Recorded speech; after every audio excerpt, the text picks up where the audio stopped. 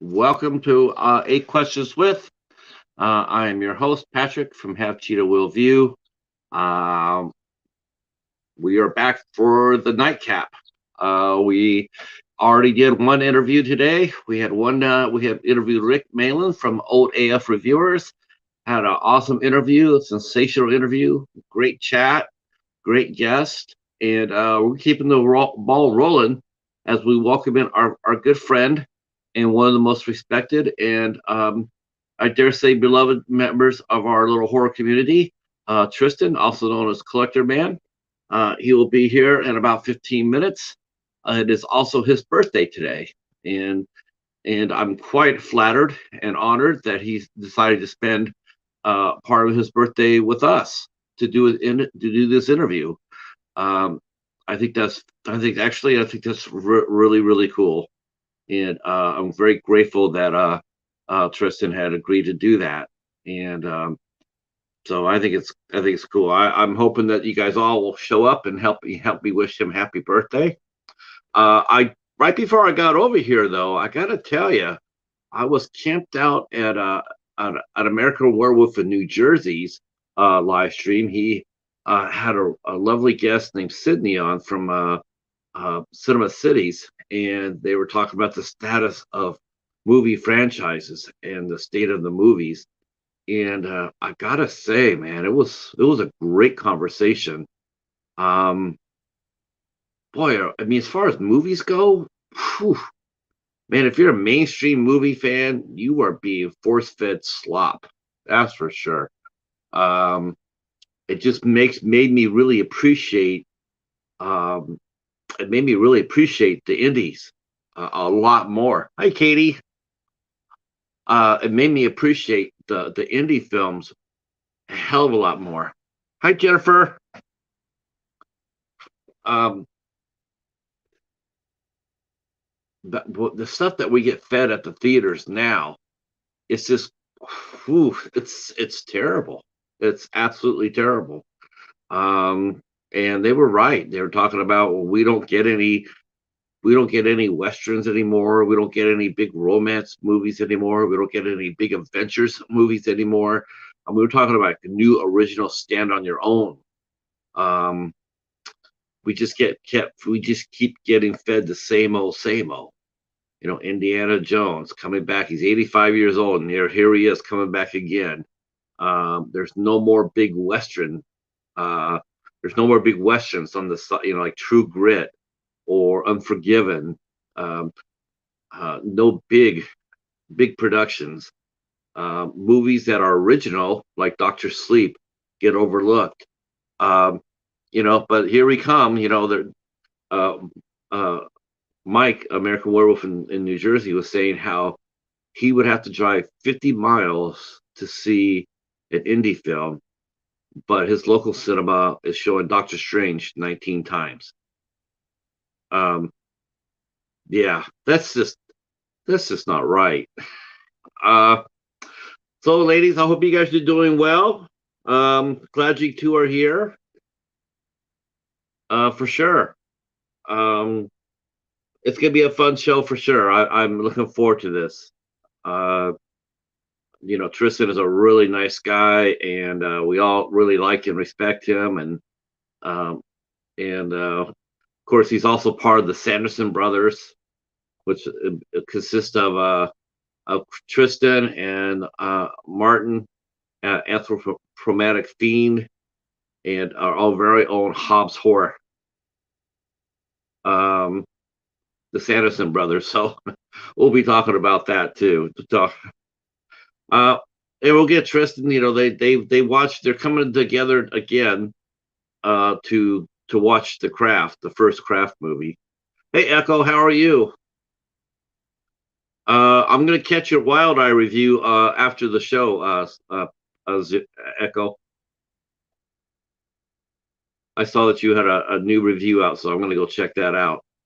Um, but yeah, that was a really fascinating discussion that Werewolf and Sydney were having. Um, oh, with Rosalind Russell. That's a great movie.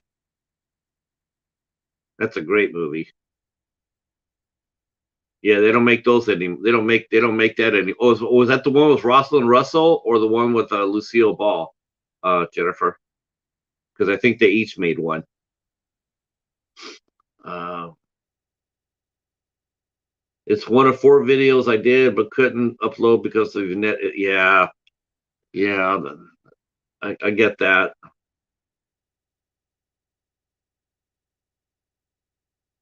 But at least you got one of them up.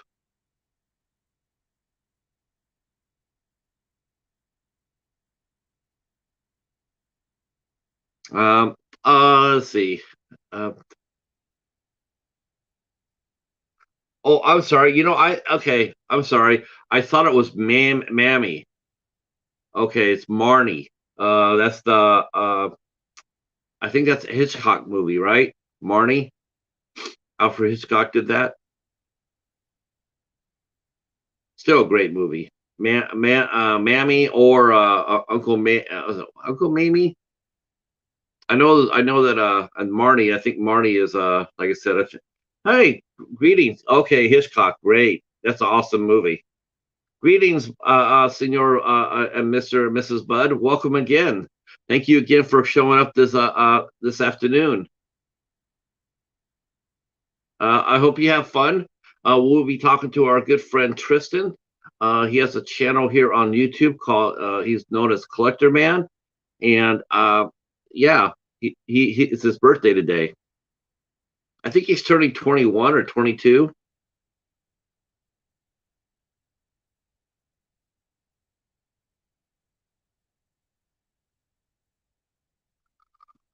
Let's see.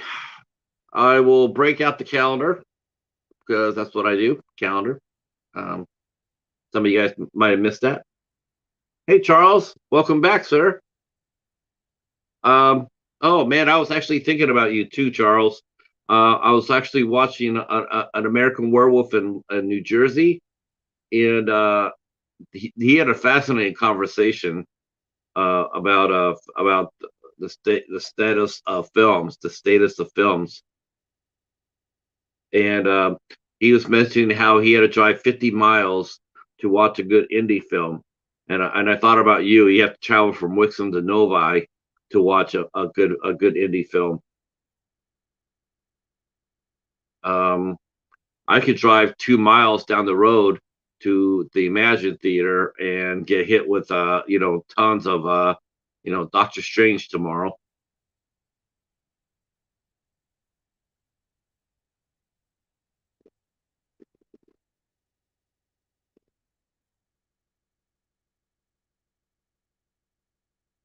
Yeah, I never thought I'd be saying that, growing up as a comic book fan or whatnot, but I never thought I'd be sitting there saying I'm sort of over it a little bit. I'm all right with them taking a break. As far as keep on slugging the superhero movies on the stage. I'm okay if they wanted to take some time off to do something a little different.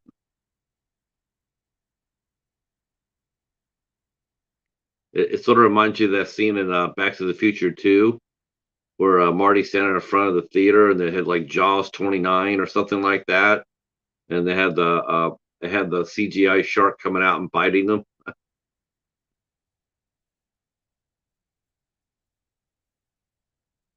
Um, so tonight, of course, is Tristan. Tomorrow night, the 5th of May, we are welcoming in film director Rich Ragsdale. He'll be here tomorrow at 8 p.m. Saturday, the 7th, we have Paul Green will come in for a special show, and that will start at 5 p.m. 5 p.m. on yes. Okay, you must have heard that then. Were you there when he said that? That's right. He commented on that, Charles. More westerns. Um, and I told him that we do have westerns, but they're all independent. Um, what I tell you what you don't see anymore in westerns. What you don't see anymore in westerns, that you're not seeing cowboys versus Indians. I mean, they're always the good guy against the mob boss, like a Open Range or the Magnificent Seven, um, Dawn Rider, Unforgiven. That's what we're seeing. We're not seeing anything, where the cavalry's out there, fighting Indians. Those days are gone. Um, oh, welcome back, Sean. Holy crow! Look at this. I dare say that are we going to have are we going to have an appearance by Sean tomorrow night on the midnight hour? After all, he is part of the crew. He is part of the midnight hour.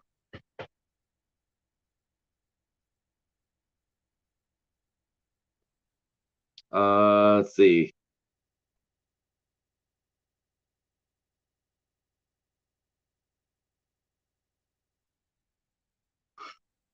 Let's see.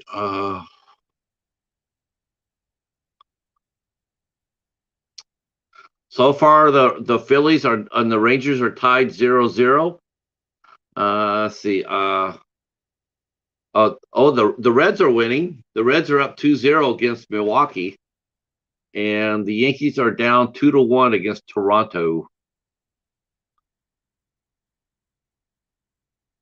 All right. Hey, Chadwick, how are you, sir?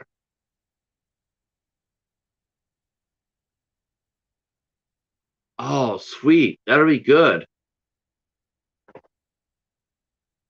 Yeah. Midnight Hour, Sean Blue Digital back in the house. That would be awesome. That would be awesome. Yeah, but Sean, there's plenty of room to jump on the Yankee bandwagon, baby. You can come root for a winner. I can't believe the Reds are 3-20. I just can't get over that. 10 o'clock tomorrow. 10 o'clock on. I think Hobbs is hosting it.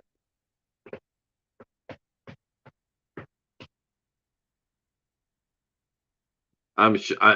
He would be ecstatic.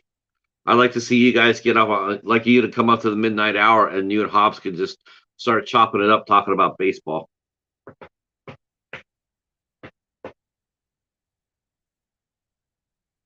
Hey, Dave. Hey, David. How are you? Yeah, on Hobbs's channel tomorrow, the midnight hour. Definitely. Yep, Hobbs. Thank you guys, David and Sean and Charles. Thank you for coming out earlier and supporting that interview with Ricky. I know some of you guys didn't make it. You guys were working and stuff like that, and life has come up. But those who came out and supported the show, thank you so much. I really appreciate that. We got a great show, and yeah, of course, Sean. You're a member, right? You're like a founding member. Anytime you want to come up, you come up. Wow, look at this. This is cool. We're gonna have a lot of people here for Tristan when he shows up. I'm digging it. I hope Martin's able to come.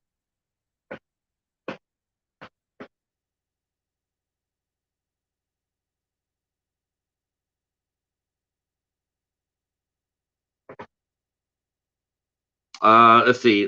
Back to the calendar real quick because I got to do this before he gets here. So Sunday the 8th of May at 7 p.m. 7 p.m. on Sunday. We are doing, or I'm sorry, at 9 p.m. on Sunday. 9 p.m. on Sunday, we are taking a deep dive on the Midnight Society, and we are covering Saint Maud.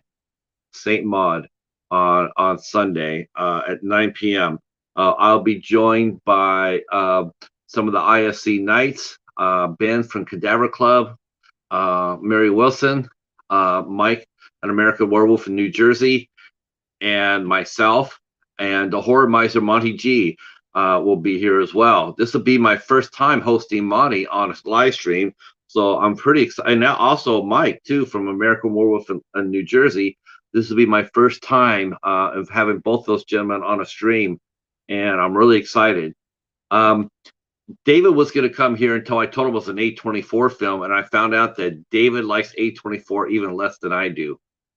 That's why I love David. That's why David is the man.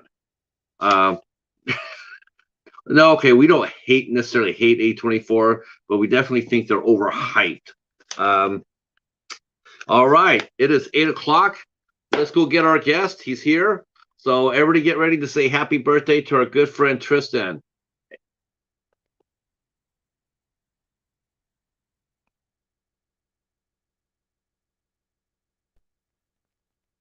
Ta-da! You know, I had a Hello. feeling about this. I said, you know what? Why do I have a feeling before he gets here, Tristan, that you were gonna stop by and steal the stats hat?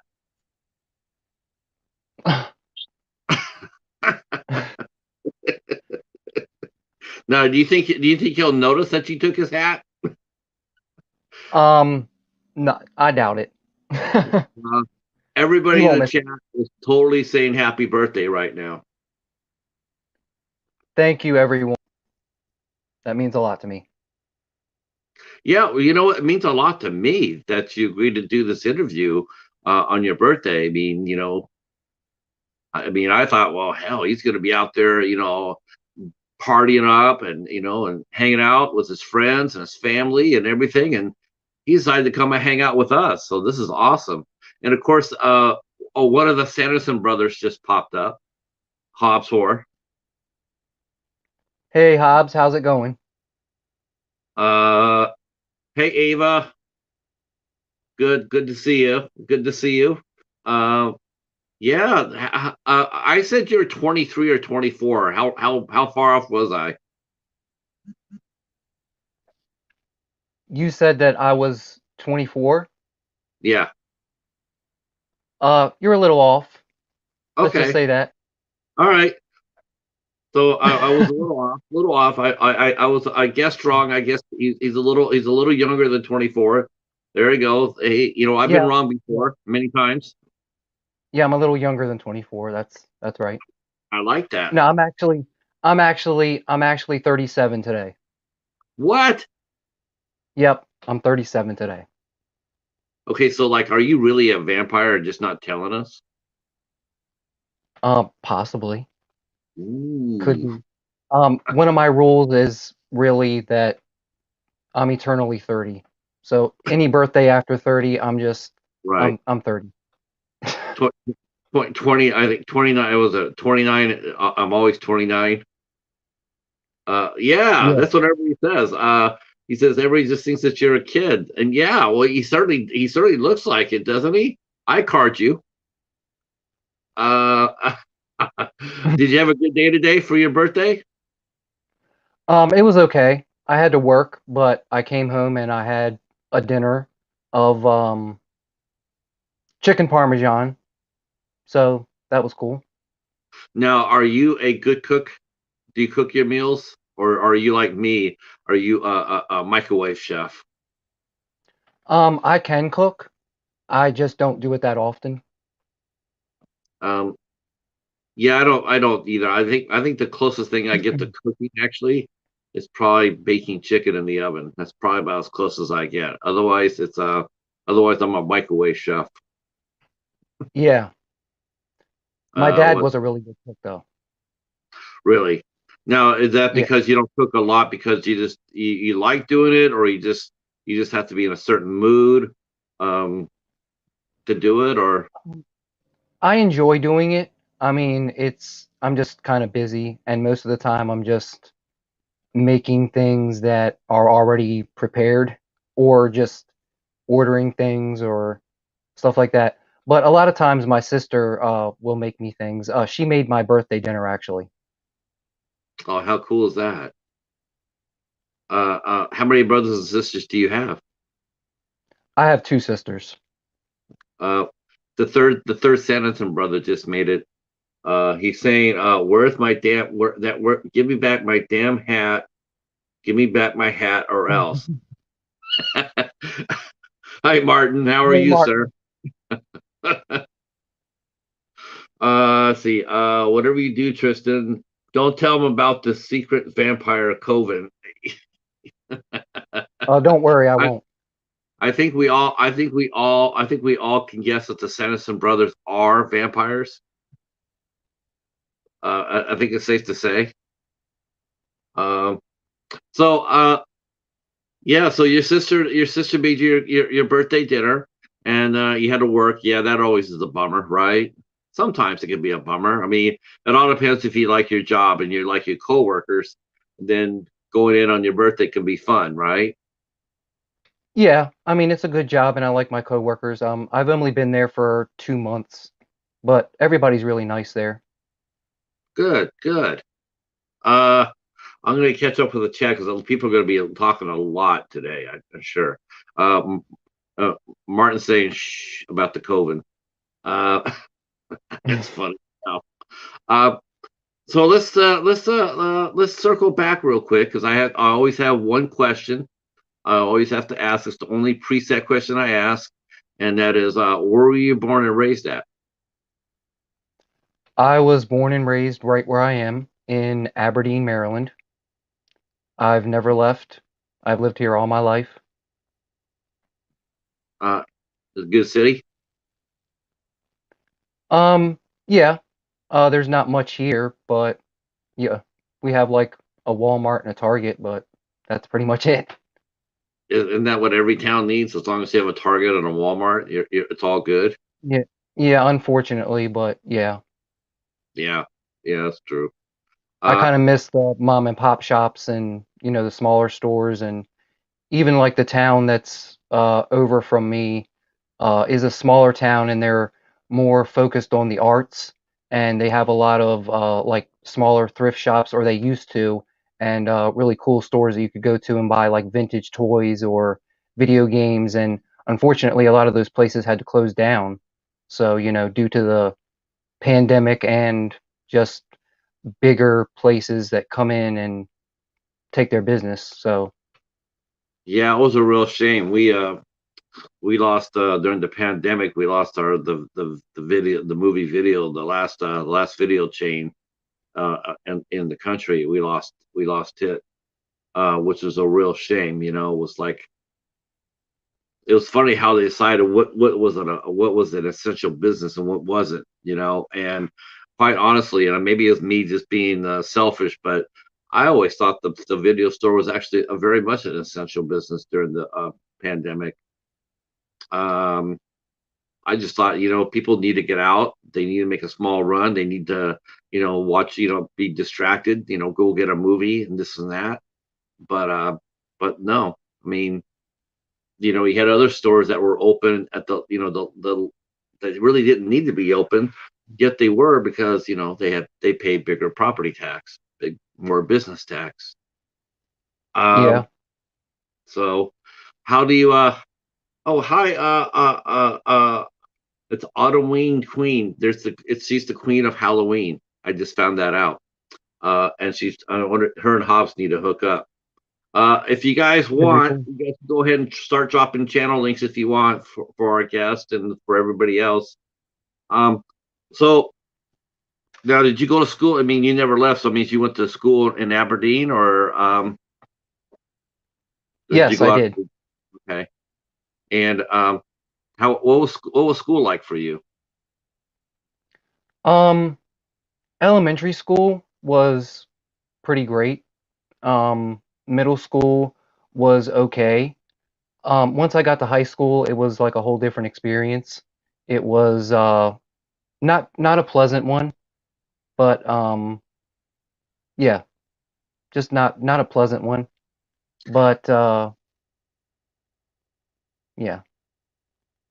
Now, is that because of the kids, or is it did you like your teachers? Did you like your classes, or was it the usual, like I said, the usual, the whole society clique at the high school level?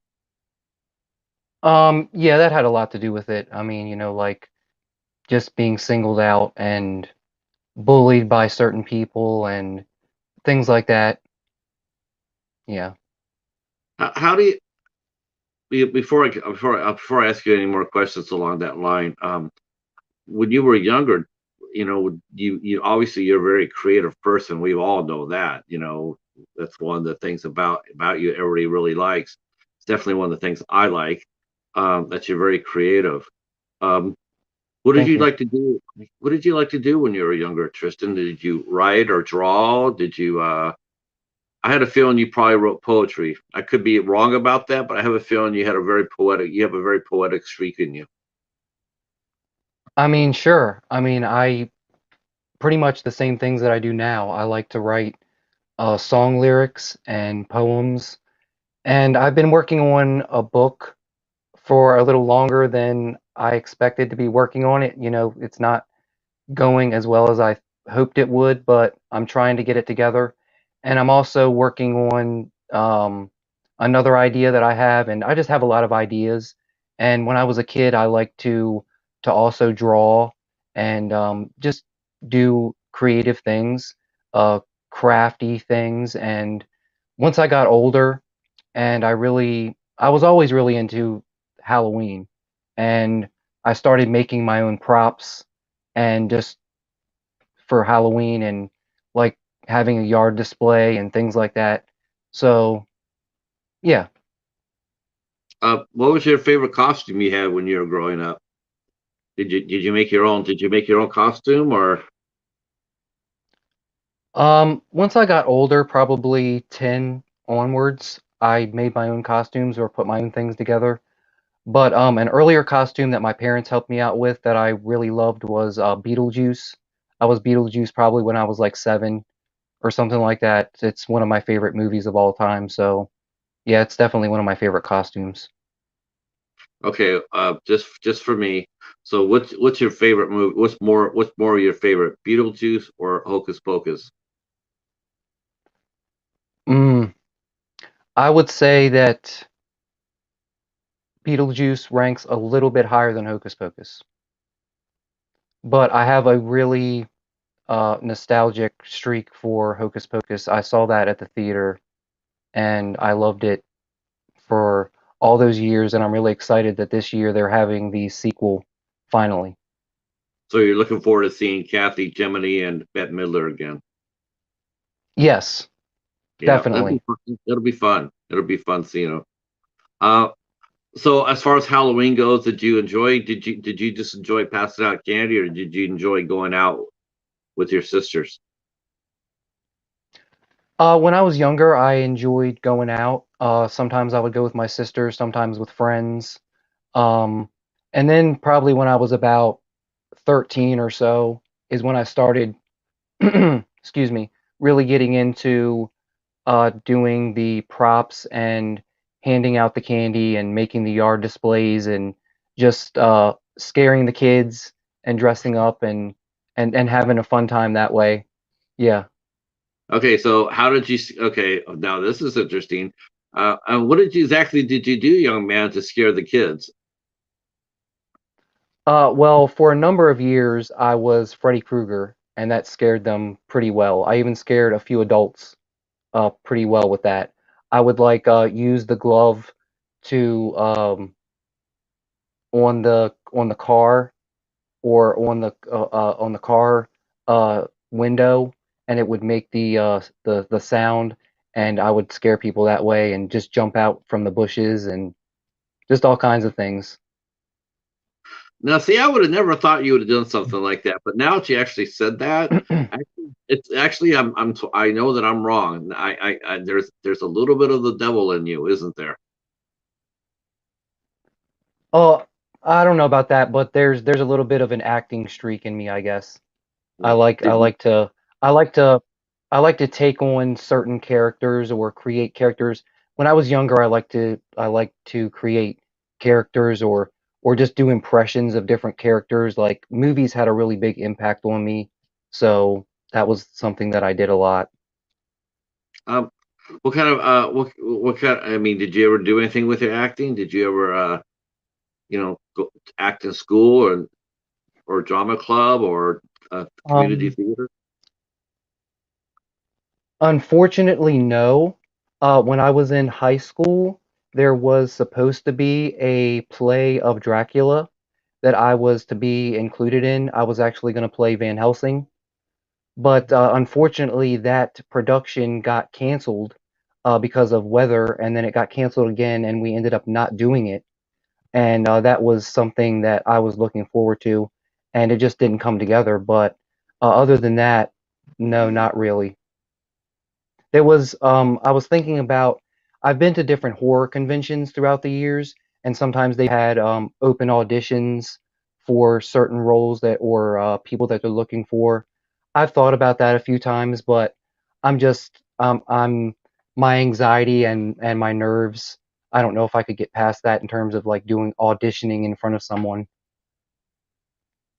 Um, that have you always been a little nervous? You know, have you ever done any open mic readings of your poetry or do spoken word?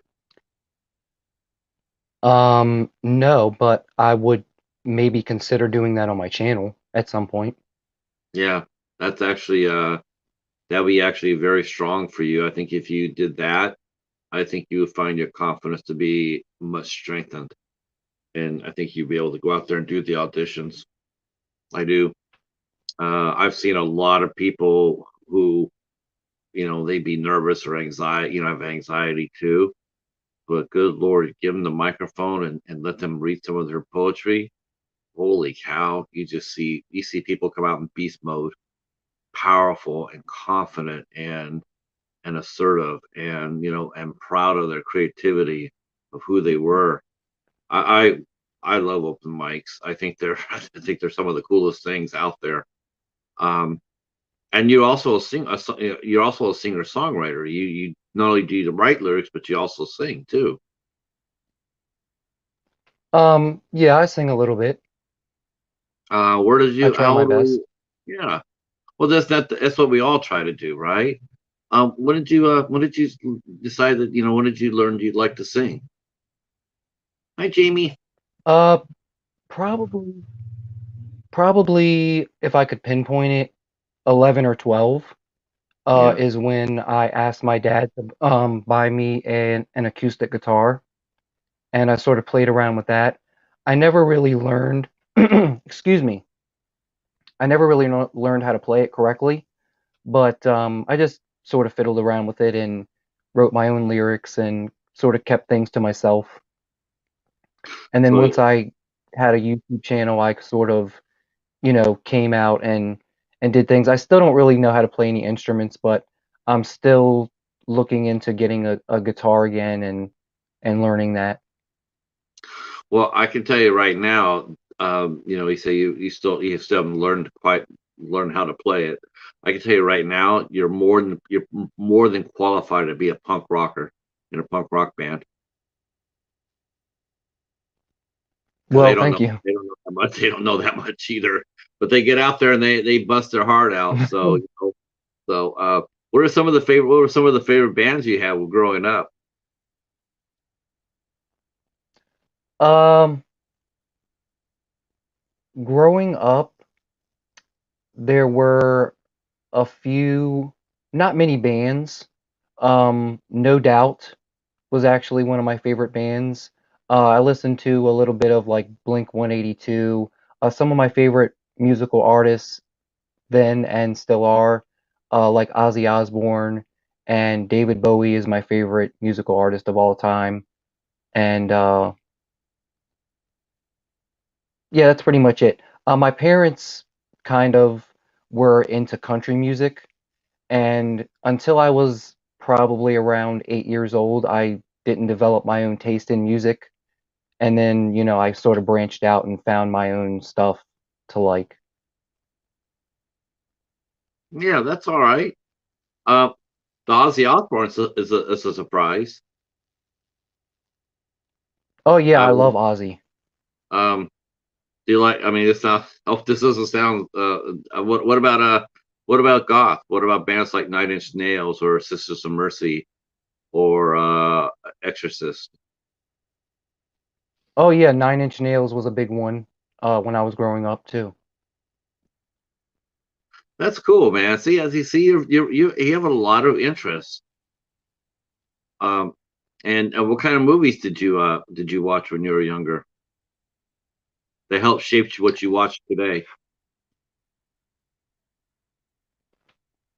The ones that helped shaped the today are, well, I watched a lot of Disney movies, like animated Disney movies. I'm not really into uh those as much now, but some of the darker ones or some of the live action Disney movies like Bedknobs and Broomsticks was one of my favorites growing up, and things like the Addams Family films with Raul Julia and Angelica Houston. Those were some of my favorites. Yeah. Also, just some comedy films, and also a lot of the films of Tim Burton, like Batman, Batman Returns, Edward Scissorhands. Uh, Sleepy Hollow. Oh yeah, Sleepy Hollow. Yeah, I think that's probably my favorite Tim Burton movie. I think I like it even. I hope this doesn't end the interview, but I think I like that one a little bit more than Beetlejuice. I love Beetlejuice, but I love Sleepy Hollow. I think Sleepy Hollow is really, really good. Oh, Um, I totally respect that. I think it's well done. uh, so you have a wide array of taste. So when you hit high school, and yeah, it's yeah, I can understand that. I mean, high school was probably a hell for a lot of us. But after high school was over, and all those asses were behind you, Hmm. what did you do next? Next I took a while off, probably almost a year, and I got my first job, which was actually at a baseball stadium, just like cleaning up around there, like taking out trash and cleaning the stands and all that kind of stuff. I'm not really that into sports. I'm actually not into sports at all, but uh, so that's kind of weird that my first job was at a baseball stadium. But Uh, yeah, did you just didn't play sports, or you just didn't watch them? I didn't watch them. I only really played them in school. Okay, A few times, some of my friends would get together and play and play baseball or something, but not too often. yeah. So did you enjoy the first job at working at a baseball stadium? I What did did you like? actually. What did you like about it? I liked that it was pretty much a job where I was on my own. I wasn't like constantly in one area. I was kind of all over the place and able to have the freedom just to do my job without, being under constant scrutiny or anything like that. It was just kind of a breezy kind of affair.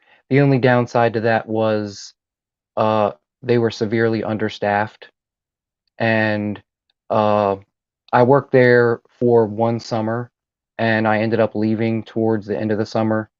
I was there until really late one night, and then I ended up getting in trouble because the place was kind of a mess. They said the bathrooms were a mess and things like that the next morning.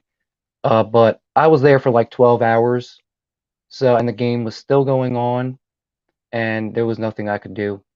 I mean, they should have had uh, Yeah, overnight janitors or something like that. But like I said, they were really understaffed. yeah, minor leagues are that's why they're called the minor leagues. Not only because of the level of baseball, Mm. but for a lot of times the level of the organization running it. So yeah, I understand that. Uh, you Yeah. know, um, let's see.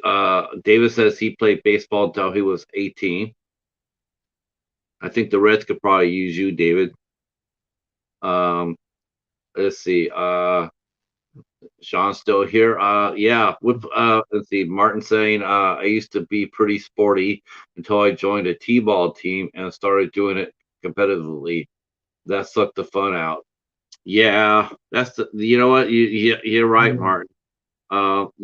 Kids playing sports these days. It's yeah, Yeah, it it's was no that fun. that was one of the brutal things in high school when you're playing in gym class and you're playing the sports, and and the kids are really tough. You know, they're really competitive. Yeah, yeah. I mean, it's PE in high school was supposed to be fun. It was supposed to be going out there. We go out there and play softball and stuff and just have fun and run around or go swimming or whatever. It shouldn't have been super competitive. It's just freaking basically get out there and have a good time. But yeah, Yeah. you got always got a few knotheads like that. Uh, let's see. David was a pretty good center fielder. Not best at bat though. Yeah, I couldn't hit worthwhile. My eyes just couldn't do it. I could throw, I could pitch, and I could teach you how to pitch. As far as hitting a baseball, no, no.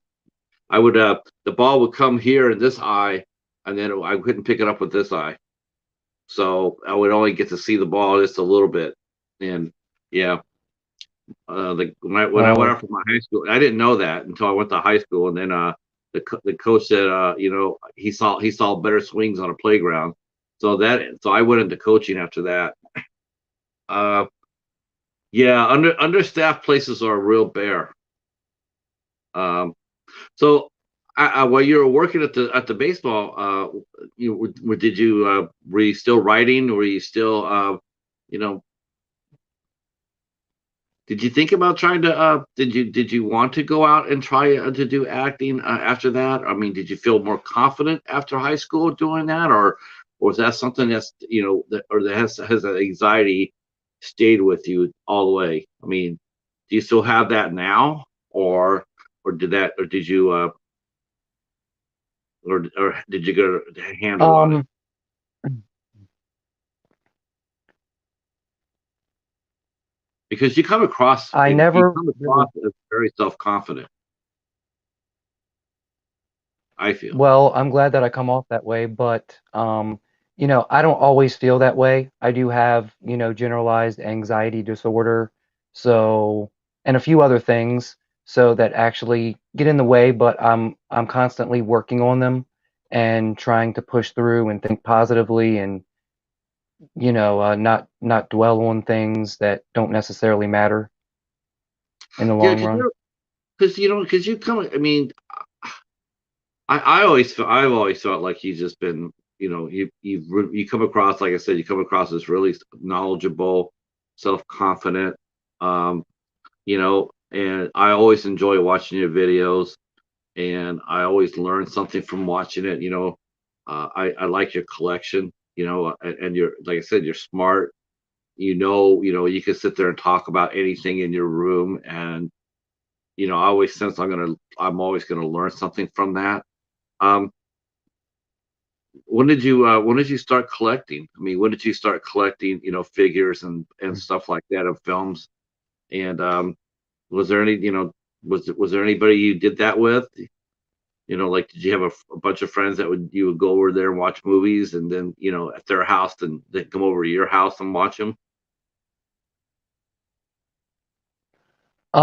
Not as much movies, like watching movies with my friends, but we would play Nintendo a lot, like the original NES. Um, but as far as when I started collecting figures, that goes back to probably when I was very young, probably the age of 5. I remember that it was Easter morning, and in my bedroom there was a chair in the corner, and my Easter basket was in the chair, and I saw sticking up out of the chair, actually I have it right here, was this figure, and this is Showtime Beetlejuice from the original Kenner line that was released in 1989, and I was so excited. I didn't care about the candy. I just automatically ripped open this figure, and every time I went to the toy store after that, I had to get another figure in that line. And yeah, that really sparked it all for me. And my love of movies stems from movies like Beetlejuice and those early films. Now, did you ever watch anything else other than those type of movies? And did who was your favorite actor and actress when when you're watching them? Did you have any particular favorites? Actors you like, you like Tim Burton as a director, but was there any performers that you liked a lot? Mhm. Growing up, I didn't really recognize a lot of the people for who they were, even they were if they were in other films. Uh, growing up, I was actually probably um, I would say I watched a lot of comedy movies as well. So I would say Jim Carrey, a lot of Jim Carrey's earlier films, and also Robin Williams. Robin Williams was one of my absolute favorites. He's sadly no longer with us, but um, yeah, so those two are really big ones. And as far as actresses go, I really liked people like Goldie Hawn and like Meryl Streep. One of my favorite ones was Death Becomes Her, that they're both in, and that's a horror comedy directed by Robert Zemeckis, and it's a really great movie if you haven't seen it. Yeah, I heard about that one. That's the one with isn't that the one with Bruce Willis too? Yes, Bruce Willis is in that, and Yeah. that's a different role for him because at that time he was really known for his action films, and that was a different role. I'll let you in on a small secret. I actually liked Hudson Hawk. Okay. I thought that was thought I thought it was, for him, I thought it was pretty daring. He put himself out there. He was, I think he was always a little bit of a frustrated lounge singer in a lot of ways. He wanted to sing, he wanted to express himself that way. He wasn't the best, but he really wanted to do it anyway. And, in a way, it was really cool because he had to know that he wasn't, you know, but he wasn't like a Michael Bublé or that way. But he just wanted to sing just for the love of it. It wasn't because he was looking to impress anybody. He just wanted to sing. So I always respected him for that. Um, hell, I respect Yeah. anybody that. Um, what do you think? What's been the hardest thing for you to overcome in your life, Tristan? I mean, what's the one thing that you've overcome that you're proud of that you can sit there and say, I face this and I overcome it and I'm much stronger for it. Probably the aspect of my anxiety, which is my social anxiety. After high school and those experiences, I became very withdrawn and just not very trusting of people. And it took me a long time to to uh, to do that again. And when I came back to YouTube, I've had a channel for a long time, and I actually uploaded my first video probably 10 or 11 years ago now. But I stopped doing it for a while. But when I came back about 2 years ago, and I kind of found my people and my community, um, like you and all the people in the horror community and all the great people who are in the chat, um, that really helped me in terms of my social anxiety.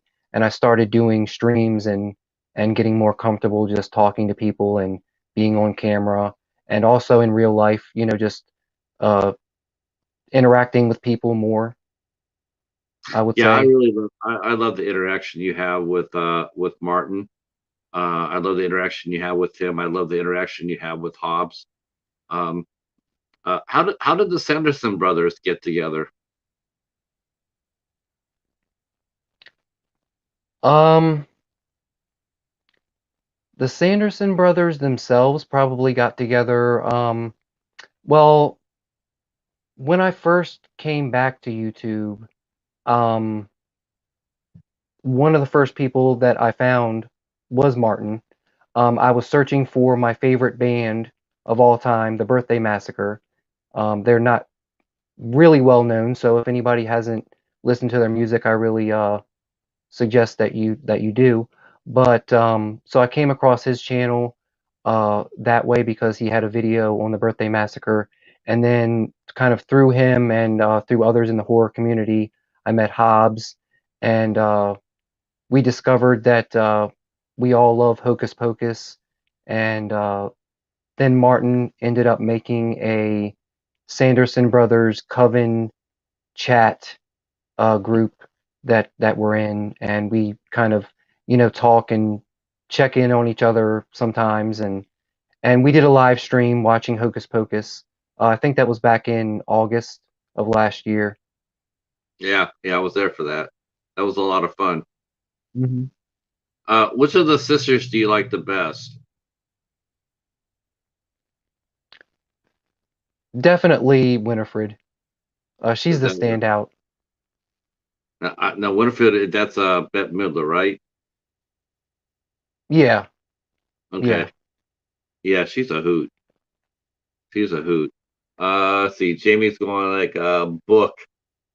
She does Hocus Pocus. Let's see. Martin says credit Hobbs for the name he believes. Uh, Oh, yeah. okay. I stand corrected. Uh, uh, well, I'm just glad you picked Winifred. Um, but I yeah, love them all, I like, but yeah, but she is the funniest. Uh, yeah. I remember my first time I saw Bette Midler. She did a movie called The Rose, which Yes. was Yep. yeah, which was it was supposed to be like it was her take on Janis on Janis gosh, Joplin. yeah, Janis Joplin. Janis Yeah, Joplin, right?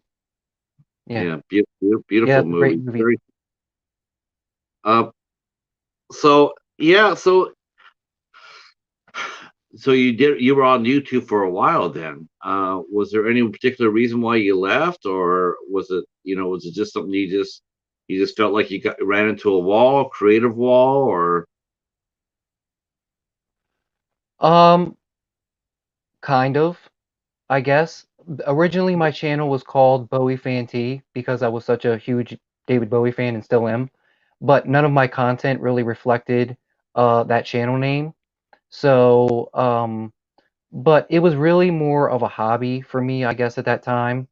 And I connected with a few people at that time, but I had a few bad experiences while doing YouTube at the very beginning because that was really kind of when YouTube really started rolling, not too long after it was established.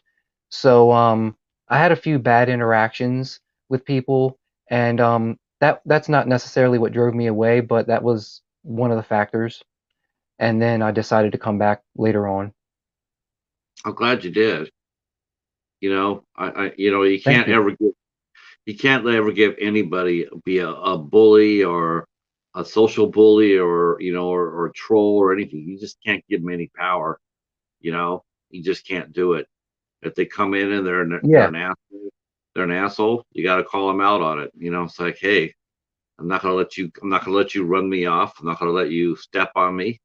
Uh, if you feel like you need to do that, it's gonna cost you a lot to do that. It's gonna cost you a lot, much more than you really want to do. So I think you're back. I think by what we're seeing here and what I've already seen before.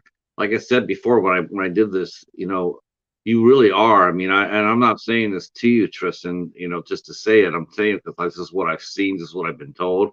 But you definitely are one of the most respected and really well loved people in our group.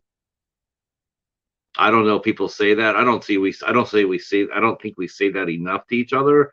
I mean, we give shout outs and all that for it, but I'm talking about just as a human being.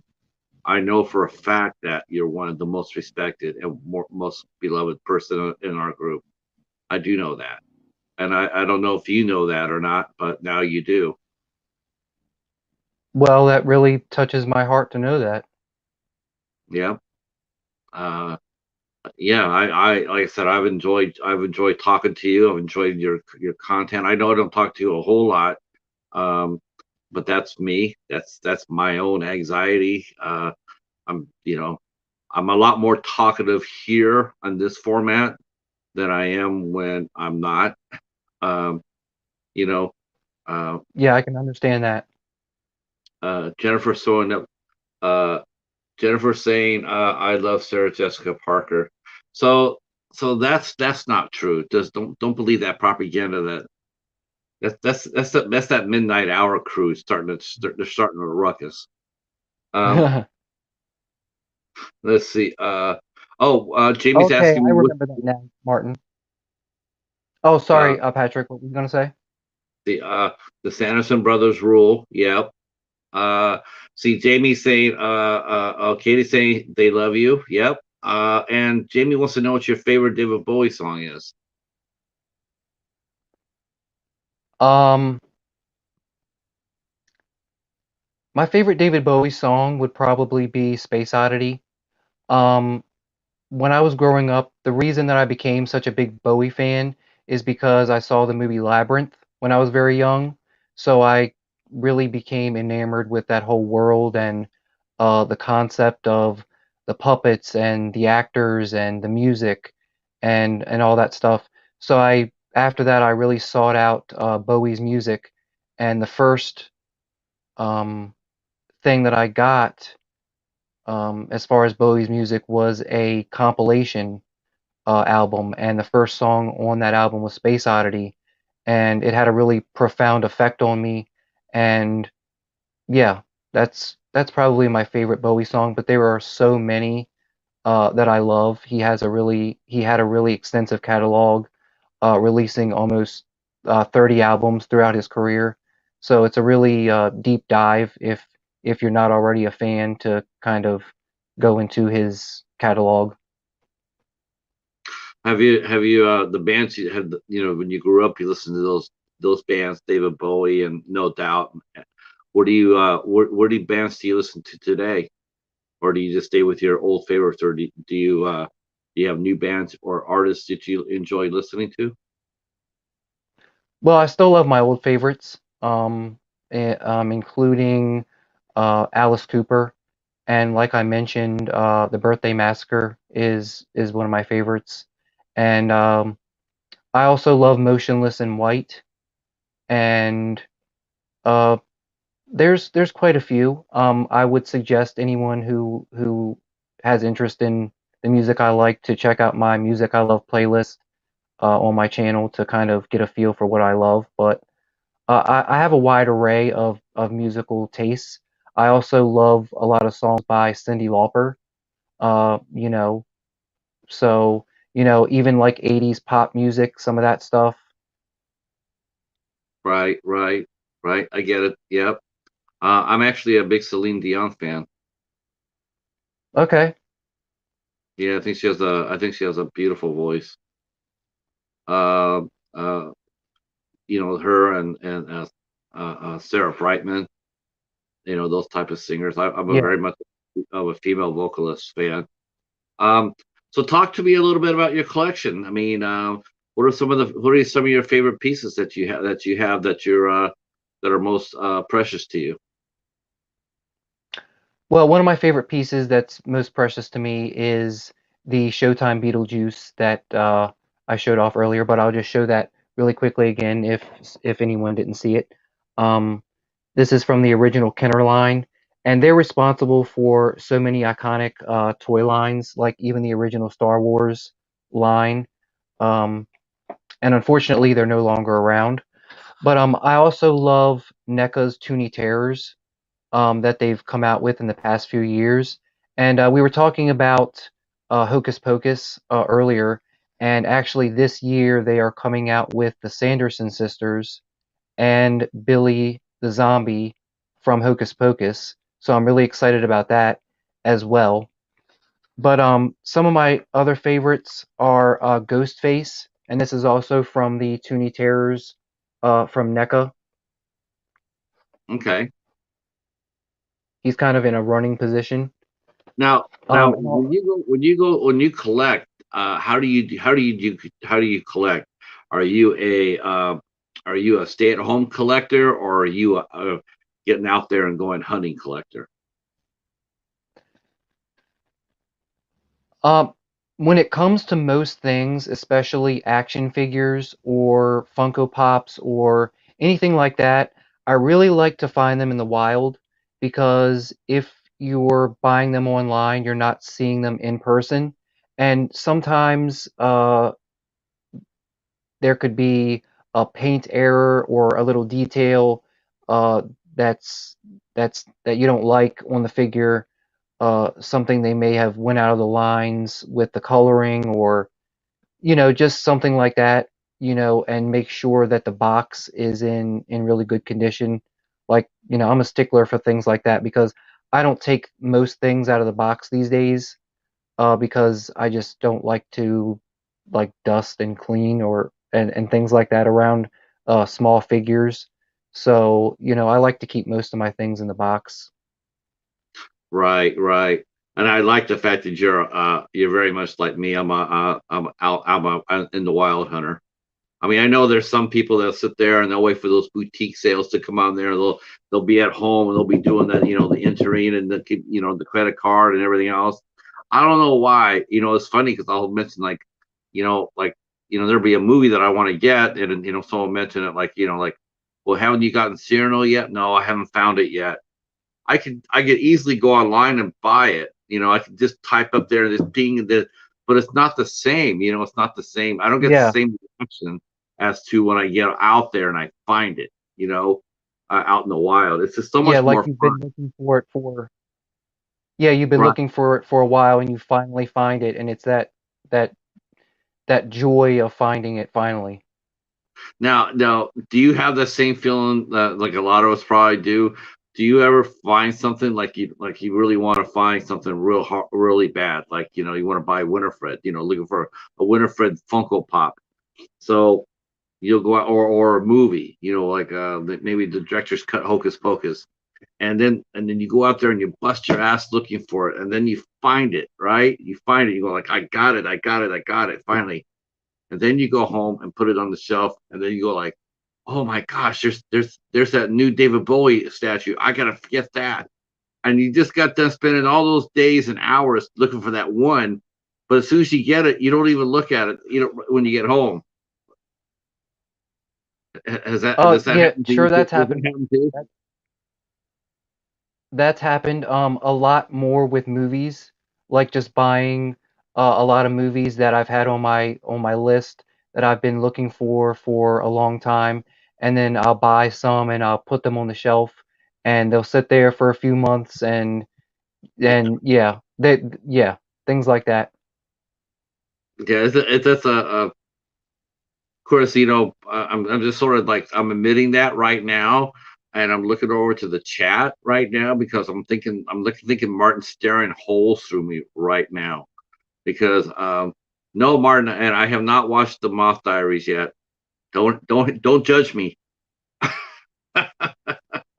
Oh no. Uh, yeah, I won his contest. I think it was his 400th sub contest, and I won it. And I'm like, so excited because Hmm. it's the midnight movie, and I was like, hell yeah, because I didn't have it or anything, and so I won it. And it's like you think that I would go out there as soon as I get it and watch it, but I have not watched it. But then again, I think that's a lot of us, right? I mean, I think that's I had a friend named Mike, and best is way back in the day. This is back in the 70s. Yeah, I'm dating myself. Um, but he'd go out there and buy vinyl, right? He'd go out there and buy the latest, rock band, Boston, Styx, Journey, that sort of thing, Foghat. And then he'd get it. He'd be so happy to get it. Then he'd take it home, and then he'd put the record on there, and he would record the album on cassette tape, from turntable to cassette tape. He put the record back in the Yeah. sleeve, and that would be it. He would never touch it because he had the cassette tape. And if the cassette tape broke, he just repeat that. But he never played it more than he utterly had to. Uh, but but he wanted the record so much. Uh, oh, thank you, Martin. Yeah. Uh, uh, I will do that. You know what? Maybe that'll be my that'll be not this month for my ISC pick. I picked the Nightingale, but maybe the next time around when it's my turn, I will pick the Moth Diaries, and I will let you know. You can come. You can come. We can discuss it for sure. Uh, what's been what are some of the things that that bother you the most about today's society? If you could change 5 things about in today's society, what would you pick? What would you fix if you could? Hey, Um, Kubrick. one of the big ones would probably be intolerance, like of certain groups or people. Um, there are a lot of people who have a problem with things that shouldn't concern them, or that's um, not just none of their business, frankly. And also just this may sound cliche, but like littering, like people who litter, or or people who don't recycle. I'm not gonna say I hate those people, but you know, people who don't do their part to, you know, save the planet and take care of nature, and all that stuff. And just like the building of, in my area especially, these days, in the past few years, they've been clearing out so many acres of land full of trees for all these factories and all that stuff, and that's just something that I don't like either. um yeah, I think we're tearing down way too much, and yeah. You mentioned about the part about people's business. They interfere with it. I think I think I could read between the lines on that. Uh, can we talk about it for a couple of minutes, or you feel comfortable with that? Oh, sure. I'm comfortable with talking about it. Um, because there's a few things I don't know, and I have a feeling that you could probably educate me on, if you don't mind. Because I've heard you Okay. mention it before in some of your videos. Um, like I don't know what non-binary means. I heard you mention it in one of your videos, and I put that in the back of my head. And then when were going to talk, I thought this would be a good time to be enlightened to that. Well, I personally am not. I don't identify as non-binary, but non-binary is just someone who doesn't identify as um anything. They just are a human, basically. So so so they just all they don't identify as a male or female, black or white, uh, American, Irish. They're just who they I, are. I mean, yeah, basically, yeah. Um, yeah, that seems like, yeah. Is that is But isn't our do you value your identity, your self identity? I mean, that's part of us, right? Yeah, it definitely And is. yeah, I don't think I could just wash that away. Um, if I can ask, oh, how do you identify yourself? I mean, you did. I think you identify yourself. Do you identify yourself as an artist? Oh, sure. I mean, I identify myself as certainly a creative person. Um, as far as other things that we touched on earlier, just a few minutes ago, I actually identify as a biromantic asexual. Some people may not know what that means. I have mentioned that on my channel a few times. That means that I am romantically attracted to males and females, but I am sexually attracted to no one. So that's just something that I don't experience that aspect. So you're open minded to, if you see either a man or a woman and you are attracted to that person, you're not afraid to go out there and talk to them. Sure, or just any person. I mean, any person, whether they identify as male or female or otherwise. Do you think our country is losing its tolerance? I mean, you mentioned the intolerance. It seems like we're being forced to go back to the 50s, doesn't it? Um, a little bit. I mean, things have gotten a little better. Um, I put a lot of that onto the internet. That's one of the good things about the internet, where different communities can come together, and it's sort of a safer place for them to, express themselves, or just generally, a lot of people have become a lot more accepting, I think, than they were in previous years.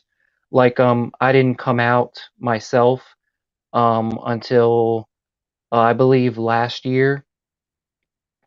So, it took me some time to gain the confidence to do that.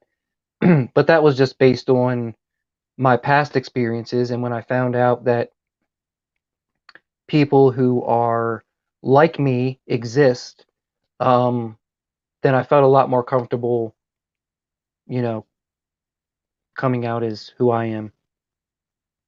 Martin's mentioning as someone who's on the non-binary spectrum, uh, he is he slash they. What is they, Martin? I can say that it is specifically about gender identity. I'm not quite a guy, Hmm. but I'm uncomfortable being called a dude. If that makes sense. Yeah, I mean that means you're Yeah, comfortable walking in it. That means you're comfortable yeah. walking in any community. Um, but I think a lot of us are like that, without the label. Like I've always felt that's been a strength of mine.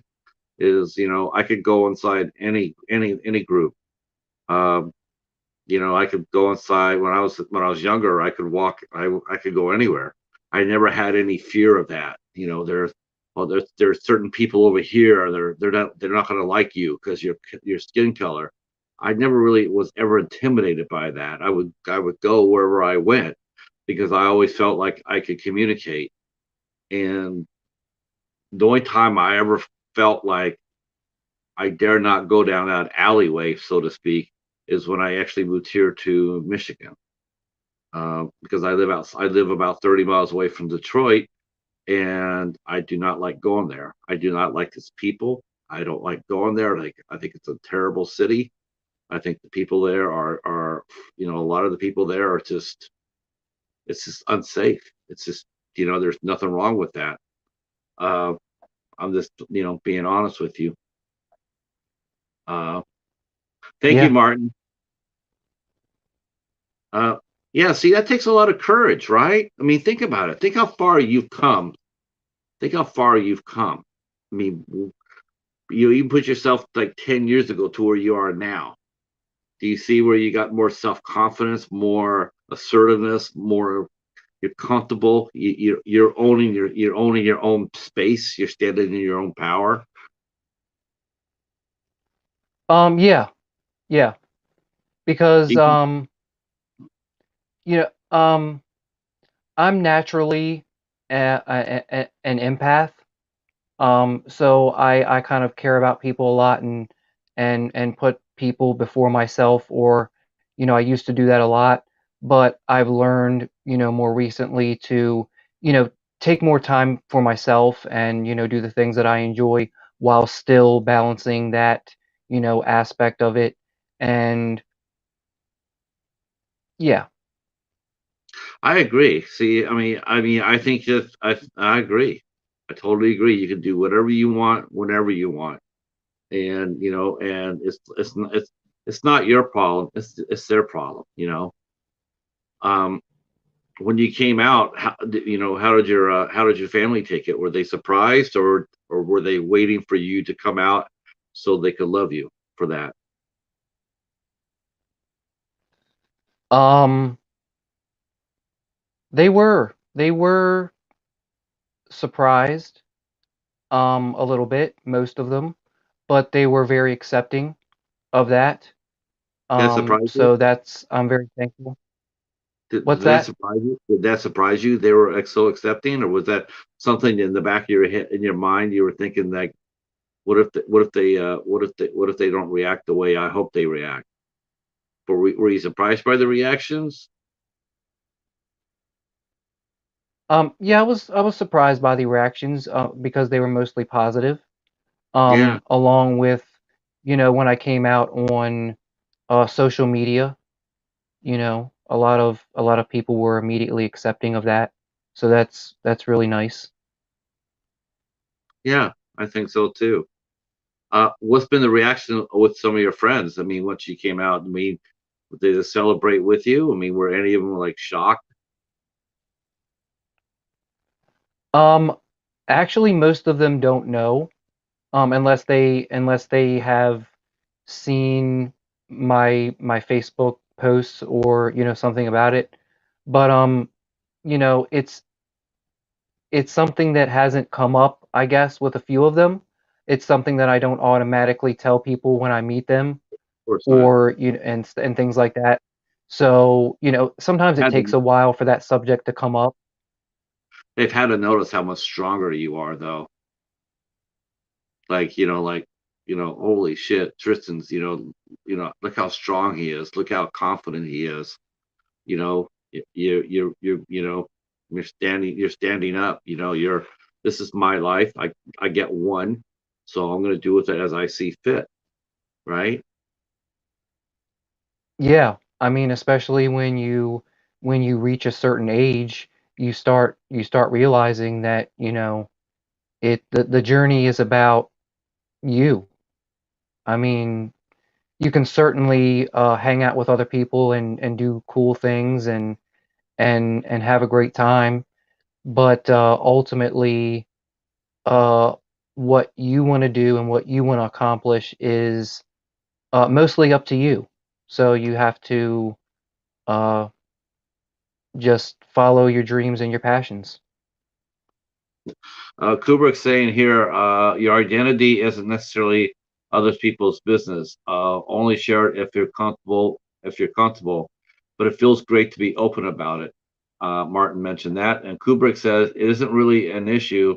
It really shouldn't be an issue. We should all just forget about sexuality. What sexuality you are. There are more important things going on in the world right now. See, I'm with Kubrick. I'm totally with that. I just I will say this though. I asked you in a minute ago, like, does it seem like we're going backwards? That I can't shake. I just feel like, I feel scared. I feel all the progress that we have made in accepting in so many people and so many cultures. I just feel like it's on the edge of being all taken away. We got the attack on Roe versus Wade.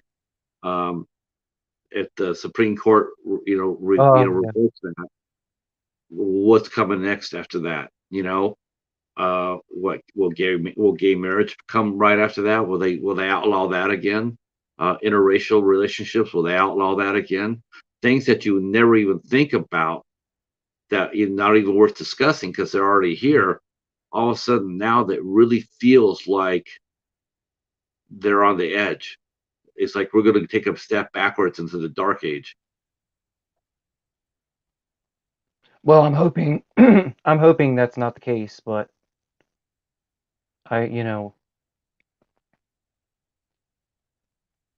So I'm with you. Yeah.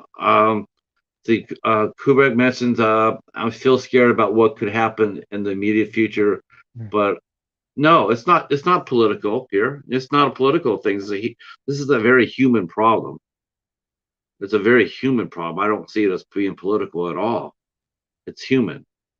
Um, so, uh, so I'm looking at you. I'm looking. We'll steer it a little bit lighter here. I'm looking behind you. I'm looking over your shoulder, at your shelf there.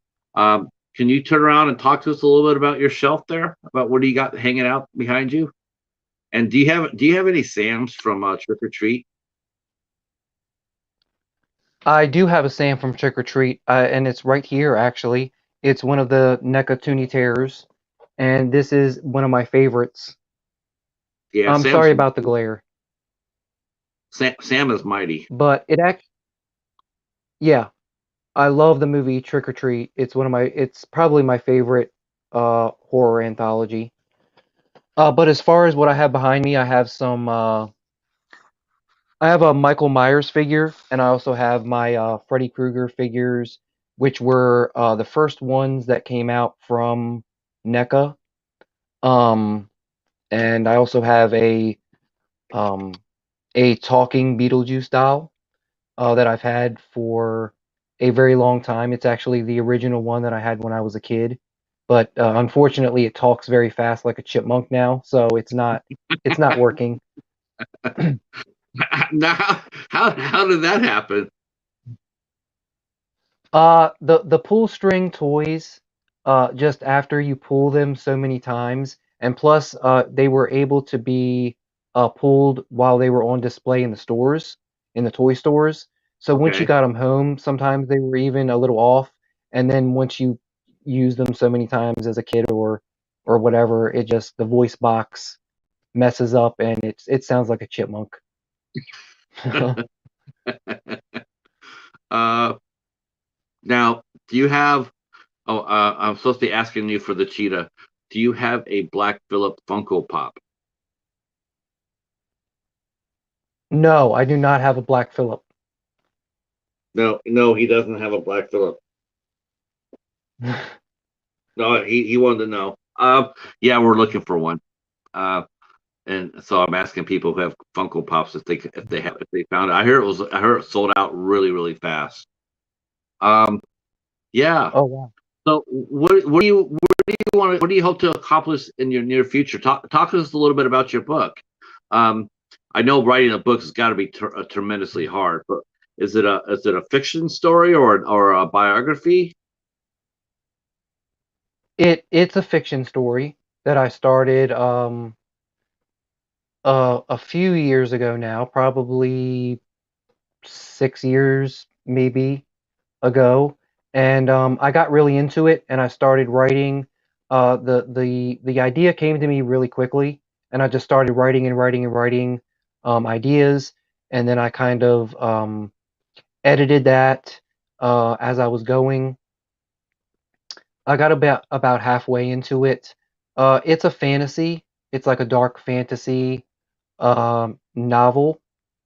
Um, but in the middle of that, I kind of had another idea, and then I started working on that. And um, yeah, I have that problem where I'm focusing on too many different things, or trying to focus on too many different things, when I should really be just focusing in on one thing at a time and getting that accomplished. Uh, Can I share something with you? sure. You're no different from any writer. Every writer I ever talked to has that problem. They'll have many writing projects at the same time going. They'll sit there, they'll write on one Yep. subject and do another one, and then do another one.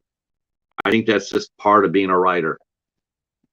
I mean, you're a writer, so I think that's perfectly normal. Um, Yeah. so don't beat yourself up over that. Any writer, that's what happens to them. Um, Yeah. your dark fantasy book. Is there any? Do you need help creating a character? I was thinking like a vampire cheetah. Is there any room for something like that in your book? Uh, uh, a vampire cheetah. You know what? Actually, there may be, because there are some shape shifting characters in in in the book. So I will say that. Wow. But I'm I sensitive. agree, Martin.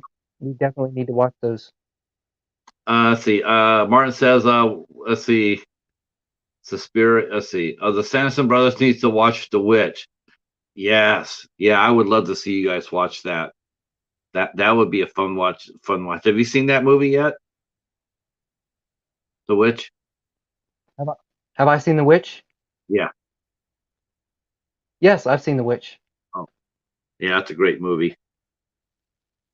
Yeah. Yeah. Yeah. Robert Eggers is becoming a really kind of an influential director, I think. I That think and so too. the Lighthouse. I'm I not watched so the sure about Lighthouse that. not that long ago. What did you think about it?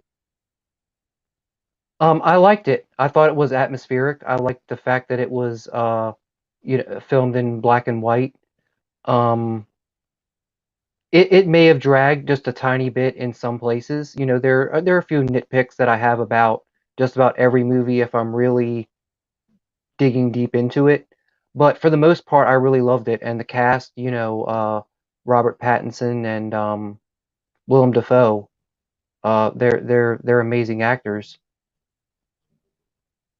I'm glad to see that Robert Pattinson actually is being recognized for being a really good actor.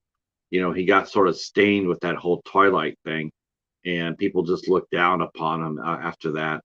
But if you watched in Harry Potter, you saw right there that he was a good actor. And then I remember after the Twilight movies came out, the first thing I saw him in was a movie that was called The Rover, and he was really strong in that. And after that, I was very interested in following his career. Um, yeah, they're the Sanderson brothers. The Northman was great. Yeah, but I hear it didn't too. This is something that the American Werewolf in New Jersey was talking about, the state of movies. We don't get we don't support the original movies nearly as much as we do. Uh, so that really sucks. Uh, what is of the YouTube channel? Let's see. Oh, I don't know what channel. Are you talking about what channel are you looking for, Kubrick? And Martin's mentioning The Lighthouse is a perfect movie to me. So many layers. I recommend you watching Cold Skin too, Martin. Cold Skin, I think you really like that as well. If you like the Lighthouse, I think you really like the Cold Skin. You too, sir. Um, And yeah, I haven't seen The Northman yet, but I've heard good things about it. yeah, I've heard good things about that too. I'd like to go see that. Um, Unfortunately, I'm not sure how long it's going to stick around. It's not doing that. It didn't open up as well as they had hoped for. So we'll end up getting to see it on the shelves probably within a month and a half or so. Oh no, no, they each have their own channels. Mr. Bones can drop in the channels for us for sure if you can, if you don't mind. What's next for your channel? What are you going to do on your channel?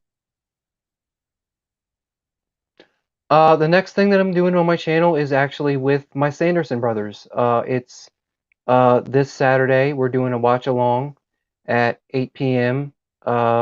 Eastern time, and we're going to be watching the 1996 movie The Craft. That's a good one. That's a good movie. Uh, of course, Hobbs has a tremendous crush on Fairuza Balk, so there's that. Uh, Thank you, Ava. Thank you so Yeah. much for coming. Um, yeah. I didn't think too much of the Craft Legacy. I thought they blew that second one. Um, I don't know why. I just didn't really feel like it. It didn't match up to the first one. The first one is a true classic. I really enjoyed that one. Um, the Craft, Yeah, it yes, the didn't Craft. match up, but I mean, it had I'm not going to promise. say that I hated it. No, I wouldn't either. I wouldn't say that either. I felt really bad actually for David Duchovny. I just felt like he got such a one-dimensional character, and he really didn't get a chance to do anything. And I felt really bad for him because he's a much better actor than that. And it's like give him something to do. He was just pretty much one note, and I just felt bad for him. There's Hobbs Horror. Hobbs is still topping up massive pumpkins. Um, so after that, after the Sanderson brothers, anything else? You gonna go doing more film reviews, more figures. Um, we're gonna get you on some collaborations. You gotta come over and visit us on the Midnight Society. That would be fun.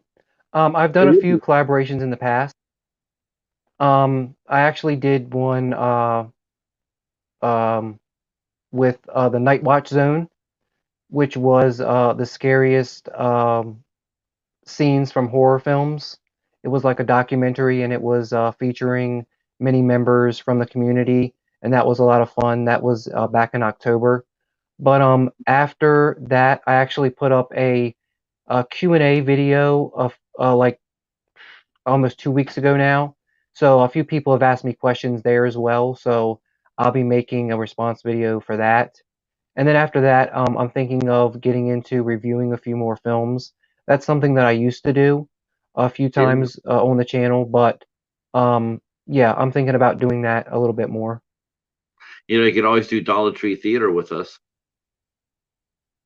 Yeah, I One of mean, one of the Sanderson brothers thought of that. yes, I didn't. Hobbs. I didn't know if you knew that or not. Yeah, Hobbs. Hobbs. Yeah, I knew that. Yeah, that'll be $5 after the show, Hobbs. For product placement. Tristan, I hope you have a great rest of your birthday. Well, thank I you. want, yeah, I want to thank you for coming out and hanging out with us. And you kicked much ass tonight. I enjoyed talking to you. You're definitely everything I thought you would be and more. I mean, you're strong, confident. I like that. I mean, I really am. I'm proud to be your friend, and I will do my best to be a little bit better of a friend by reaching out and saying hi a little bit more. Um, Thank you so much for coming out and sharing this part of the day with us. With me, I really do appreciate that. It means a lot, uh, more than you I know. mean, thank you. Thank you as well for inviting me on, and I had a great time, and it was really great talking to you and everyone in the chat. Thank you so much for all the birthday wishes, and all the points that you brought up. Um, yeah, this was really enjoyable, so thank you. Thank you guys in the chat. You guys have been on fire again all day. This is my second show. I did one earlier with Ricky from the old AFs, and then tonight here, and both times the chat has just been fire, and I can't thank you guys enough. Um, I hope that you will come out tomorrow night. We will be interviewing film director Rich Ragsdale, who released a movie on Wellgo USA called The Long Night, starring Jeff Fahey, Dara Kara Unger from White Noise, and Scout Taylor Compton will be here in the movie, and she was in this movie, and we'll be talking about that tomorrow night at 8 o'clock. Saturday at what time is your show on Saturday? The Sanderson Brothers. What time is it? 8 p.m. Okay, I'll be done It's way 8 o'clock. before then. Okay, I'll be done way before then. I'll be interviewing actor, writer, and singer-songwriter Paul Green at 5 p.m. Eastern Time on the 7th. On the 8th, on the Midnight Society at 9 p.m. here on my channel. It's going to be an all-star panel. An American Werewolf in New Jersey. The horror miser Monty G. David, not David. David said no. It's just Saint Maud. Oh hell no. Um, Ben from Cadaver Club and Mary Wilson and myself will be talking about the movie Saint Maud on Sunday, 9 p.m. And then next Tuesday or next Monday, I'm on the road. I'm heading over to Katie, Popping the Popcorns channel, to do her show, Creators Corner. And then we'll be back on the 10th with Ava Potterfield. Ava and her husband Doug will be here, and there will be music, there will be laughter, and there will be coffee.